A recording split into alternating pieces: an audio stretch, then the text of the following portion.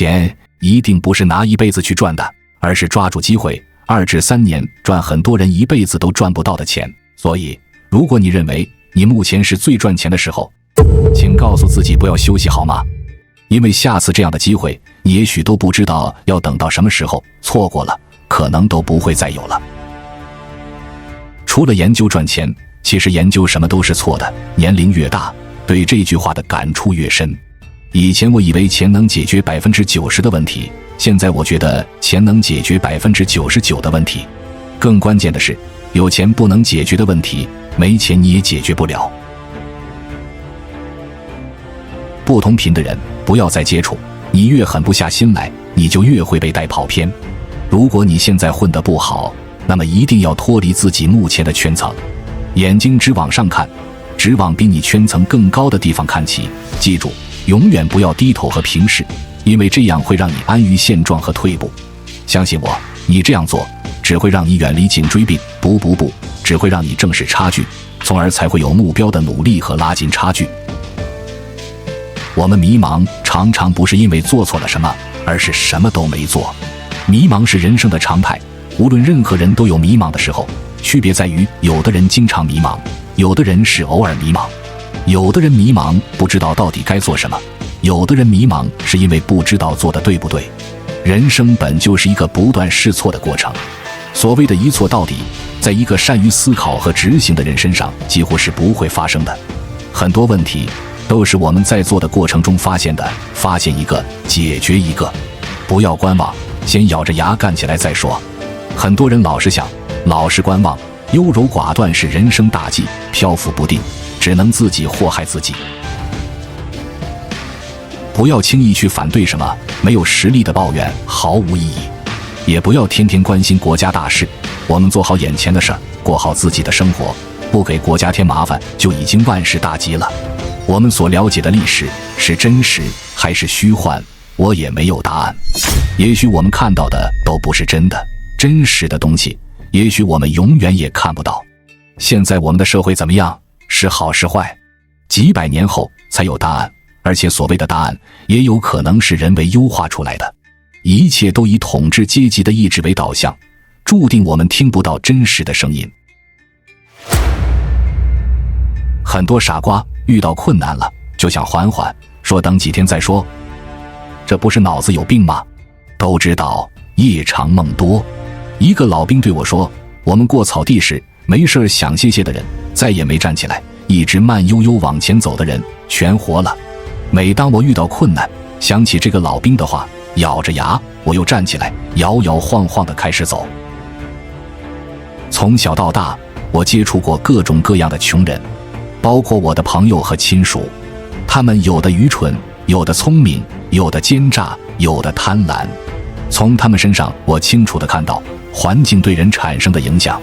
他们并不是不努力，并不是不坚强，可他们始终无法摆脱自身的局限性，那种名叫贫穷的思维方式。打个比方，如果不坐车可以节省5元，他们就宁愿一路步行。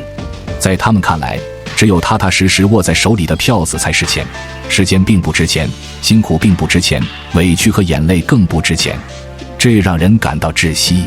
我知道贫穷本身其实也没那么可怕，尤其是周围所有人都和你同样穷的时候。可怕的是，贫穷造就的思维方式和行为模式，却让一代人始终都在原地循环。小时候，父母常常对我说，钱难赚是难吃，真正有钱的人都是家里有背景有关系，我们家啥都没有，所以你们要拼命学习，找个好工作养活自己，别指望我们没本事。我在家那段时间生活一直很拮据，我是离开父母后才飞黄腾达的。我的理念，如果我们的父母很穷，就没必要听他们的话了，听他们的话只能走他们的路，他们已经失败了，难道我们还有必要跟上吗？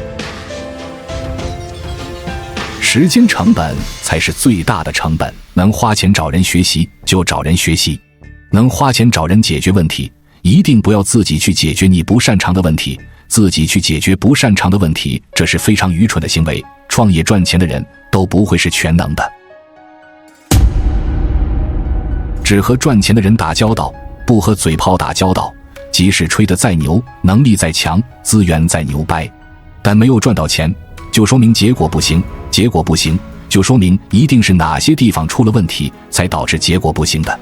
因此，把时间都留给和赚到钱的人打交道。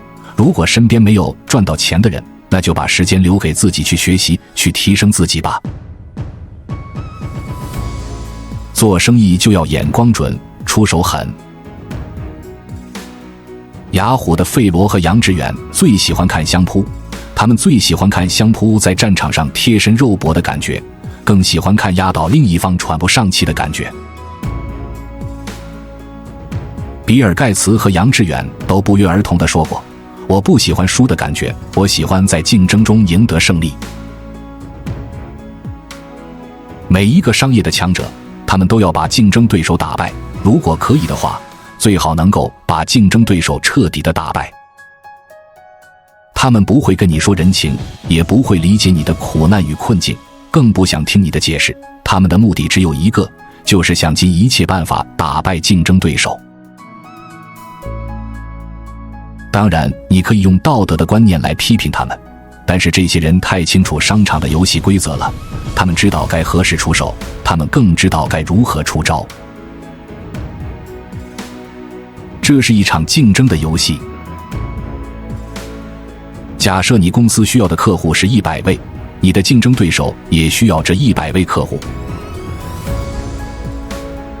那么大家就必须在这100位客户群的市场中抢夺，谁的商业功夫更好，或者是谁家的产品物美价廉，谁就能获得最多的客户。谁的商业功夫不够，谁不够资本，谁就要被淘汰出局。这就是竞争，也是现实，更是一种竞争的游戏。商战就是最无情、最残酷的战场。在社会上，各位老板切不可心存侥幸，更不能有半分的松懈。香港有一个报社的老板，在他的第一份报纸里面报道了某位香港富豪的小孩在美国大学考试不及格的新闻，同时还刊登出了证人。这一下这个报纸卖得好得不得了，由于这个新闻报道的是香港某位富豪，所以就导致了香港其他的报社的联合抵制。其实这些抵制的报社，他们只是不想去面对现实而已，读者要的就是新奇的东西，人都是喜欢猎奇的。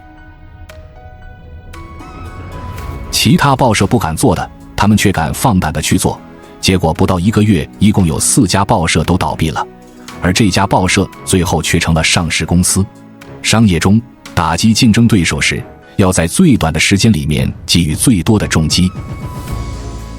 在我们进一步探索之前，别忘了关注才知道并点击小铃铛，我们将继续揭示更多关于金钱的真相，祝你迅速实现财务自由。真正的强者都是无情的，所谓对敌人的仁慈，就是对自己的残忍。在历史上卧薪尝胆的故事就是最好的案例。吴王夫差的一念之仁，让身为阶下囚的越王勾践有了韬光养晦的机会，最终搞得自己亡国丧命。当夫差反过来向勾践苦苦求饶的时候，你猜猜看，勾践有没有让他多活一会儿？你的竞争对手根本不会想着和你双赢，他只会借着所谓的交情来使你相信双赢的假象，最后他一个人赢。所以你看世界一流的商业选手，他们都是全面性的打压竞争对手，他们会把对手打得落花流水，连头都抬不起来，根本不会让对手有喘气的机会。如何做个会吃羊的狼？我们都听过狼吃羊的故事，有一只狼正在河边喝水，刚好在这个河的下游也有一只羊在喝水，这个狼就生气的大喊大叫，说要把这个羊给吃掉，而且他还找了一个很好的理由，他说就是你把河水给弄脏了，让我喝了脏水，我要把你吃掉报仇。羊就反驳他，你在上游喝水，我在下游喝水，我怎么会把你的河水弄脏了呢？狼就找了另外一个更好的理由，他说你没有弄脏河水，但是你的祖先已经在上游把河水弄脏了，你的祖先做错的事情你必须承担，所以我还是要把你吃掉。于是这个可怜的羊就成为了这只大灰狼的盘中餐。你们千万不要可怜羊或者同情羊的遭遇，更不要为羊去打抱不平，甚至流下同情的眼泪，要怪就怪在它是羊。羊注定就是给大灰狼吃的，羊没有资格讲公平。社会上有很多弱者天天扯着嗓门喊不公平，其实是自己没有搞明白，所谓的世界太现实，本质是自己没价值。弱者都是活在美丽的假象里。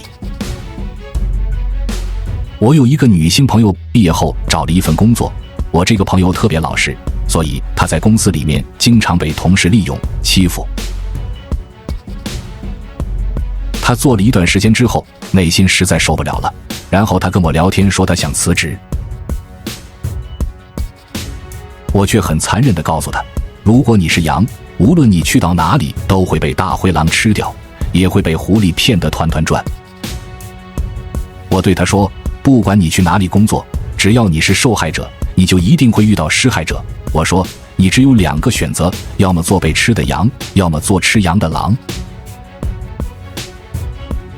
如果你不想被人欺诈，如果你不想做被吃的羊，那你一定要去了解到商场上那些老江湖的思想，甚至你需要熟练地掌握商战里各种游戏规则。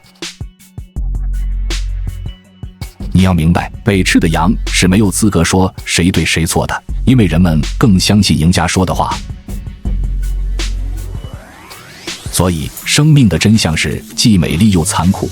我把这些残忍的实相告诉我那位想要辞职的朋友，是希望他能在残酷中存活下来。如果你真正爱一个人，就要明白，爱不只是关心，还包括残忍。爱要是不残忍的话，就不是健全的爱。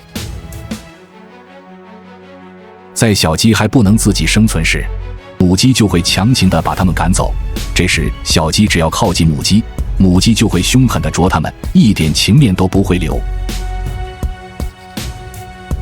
但正因为这样，小鸡才迫不得已学会了自我生存的能力。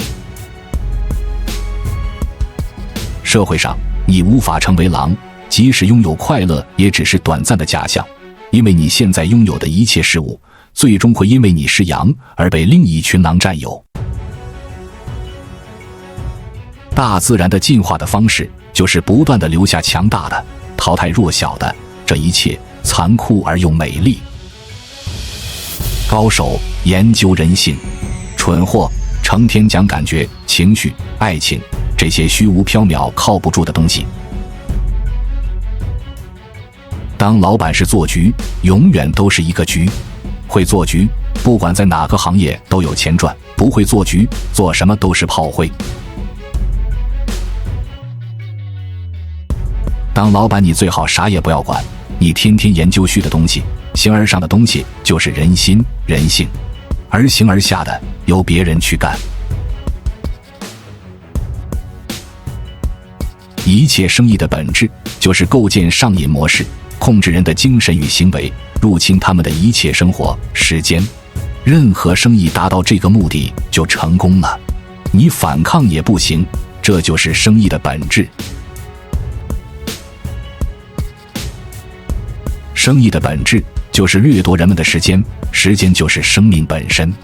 生意就是抢占时间的游戏，抖音、微信、游戏都是这个模式。你消费着别人，别人也消费着你，相互吃吧。这就是商业的真相，占有。你不占有，别人就占有。我不同情任何一个没钱的人，因为我们在拿命奋斗赚钱，而他们在享受世界的美好。什么东西最值钱？高手的经验最值钱。如果有高手在述说经验，或者用他的经验帮你，相当于送你钱。人生是一个寻找高手的过程，是一个配得起跟高手一起渔猎的修炼过程。多少懒人卖项目，100%复制某人的朋友圈，然后去投放朋友圈，收钱拉黑，高兴得不得了。多少烂人做项目，复制懒人的项目，习惯性放大100倍、1000倍。多少厚颜无耻的人，习惯性跟懒人链接，赚钱就是大无赖领着小无赖、小忽悠、小骗子往前走。什么好人、坏人，讨论这个毫无意义。做好人赚钱，大家都做好人；做坏人赚钱，大家都做坏人。智慧在哪儿？钱在哪儿，智慧就在哪儿。我们年轻有体力精力的时候，不去努力钻研机会的话，30、40岁过后，一切机会都会消失。很多傻逼又去看一些鸡汤文章，讲什么柳传志40多岁创业，任正非50多岁创业，褚时健60多岁出来种橙子，在讲麦当劳老爷爷60、70岁卖汉堡的故事。这些都是忽悠穷人的故事，现实就是没有傻老来得志、大器晚成的说法。大多数人你30岁啥都不是，30岁后大概率还是啥都不是。你只有年轻的时候扔一条烂命，才能够折腾出来。复盘，我每天晚上一定会去复盘，包括每个月也会做一个定期复盘。如果你连复盘这种超级小的事都不去做的话，你基本上就告别每天进步一点点了。其实进步这件事并不是一下就进步很多的，而是慢慢进步，最后才会有一个大的进步的。在没有利益是非的前提下，不与任何人争执，见到孩子夸聪明，见到老人夸年轻，见到女的夸漂亮，见到穷的夸本分，见到奸诈的夸灵活。你的批评如果唤起不了他的改变，那不如说句好话，结个善缘。普通人赚钱是为了更好的生活，能赚得多当然很好，赔钱的还在坚持的大有人在。一年365天忙碌，就算休息也会有很多杂事要去处理，因为没有人可以替代，只有靠自己。真正赚钱的商人，你看他们有几个忙的？一天都是飞来飞去，参加各种演讲、培训、各种商业活动，是因为人家有钱了。现在给我500万，我依然会很累，而且会凭实力亏掉，因为没那个思维和能力。那我问下马云先生是学英语的，他懂互联网吗？编程、网站搭设、维护运营他都懂吗？所以创业也好，自主经营也罢，商业思维很重要。人家找专业的人干专业的事，赚钱大家分，你会那么累吗？就算你18般武艺样样精通，你有多少时间和精力呢？眼光不同，同样一个事情，普通人看的是眼前，而商人看的是前景。什么行业是红利？我想说，干好了都是红利。怎么干好？学习、积累、摸索一套属于自己的盈利模式，不断复制下去，你不会缺钱。跟谁学？圈子不同，思维格局也就不同。你要有一个圈子带你，什么圈子？你的行业都有圈子，自己找。各大论坛、各大平台，看看干得好的同行都是怎么干的，学习借鉴，一定不要自己瞎摸索，切记。当然，踩坑也是一种修炼。有了圈子，就可以得到很多超出你认知的事情。你认为不可能的事多了，因为你的认知里没有，所以你认为不可能，可总有人做到了。山外有山，人外有人。这一条很重要，可以跟你认为的牛人学习，别当韭菜。除非他是国内知名的牛人，其他的都是营销包装出来的，赚的就是你的认知钱。看好自己的钱包。知识是用来分享的，真正的牛人是不怕分享的。互相学习，互相借鉴，就算你是行业小白，你只是需要时间积累，当你干时间长了，你也就成专家了。别人说的不一定就适合你，可以犯错，但要及时止损，控制风险。当然，如果你跟对人了，那就顺利地避过无数的坑。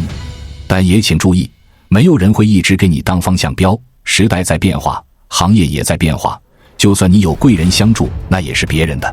一定要自己掌握一套适合自己的方法，不管你从什么渠道获取，一定要把命运掌握在自己的手中。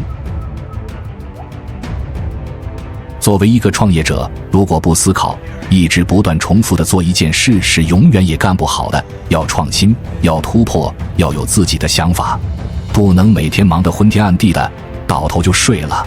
其实做生意可以不那么累的，你只需要利用你身边的一切资源。你开店找个店长，底薪加提成，业绩说话，干得好年底还有分红。总之就是你可以不专业，但你可以找专业的人干专业的事。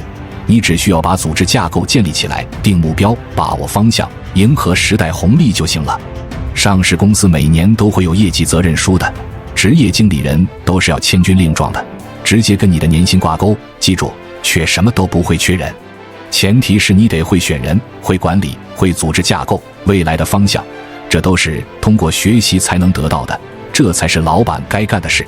你要学会掌握现有的资源，或者利用资源。我就是简单举个例子，仅供参考。赚1个亿之后，一般而言没啥关系，没啥背景，赚到1个亿不是麻烦的开始，就是命丧黄泉的预兆。财富是有限的，欲望是无穷的，用无限的东西消耗有限的东西，迟早完蛋，过程长短只是时间问题。任何一个企业赚到了1个亿之后，不是考虑怎么做大做强，而是寻思怎么退出来。退出来了，不用移民，隐藏于滚滚红尘，看繁华为吃粗茶淡饭。人到了60岁，是日落西山，是养花，是喝茶，是困了就睡，醒来就做自己喜欢的事儿。一直往前冲，只会把企业弄没了。企业做太大，创始人就消失了。悄悄地赚钱就行，闷声发财，走在人群中，没有人知道你是谁，到哪儿去，这就是低调的奢华。切记做人的6句箴言：凡事三思，思危、思退、思变。创业只玩圈子和执行力，圈子牛逼了，项目一定不会差；执行力牛逼了，你就会比同行做得好。当老板是做局，永远都是一个局。会做局，不管在哪个行业都有钱赚；不会做局，做什么都是炮灰。任何事情都要先干起来再说，边干边找机会，边干边创造，边干边修正，边干边完善。只要大方向对，也许最初看起来没希望的事儿，也能开花结果。千万别等待，这世界太快了。我呀，当下能做什么就做什么，慢慢我当下就想要什么就有什么。做生意这么多年，悟透了一个道理：别人推销来的机会，往往是坑的几率比较大。想带你赚钱的99%都是想赚你钱的。最后，无论做什么行业，都可以不用那么累。之所以会累，因为你的思维和认知还停留在传统的商业理念上。开个小店，懂点营销，然后就开始干活，一直干到干不动那天，你就真的不得不雇人了。一旦雇人开始，2种情况：一种是店铺越做越好，另一种是越做越差，还得自己来。但你已经被时代淘汰了。您是想做那种人呢？相信看懂的人自然而然地知道了答案。以上仅供参考，这个视频只是记录一下这段时间的一些思维上的变化。关注我，我是才知道，带你解锁更多金钱的真相。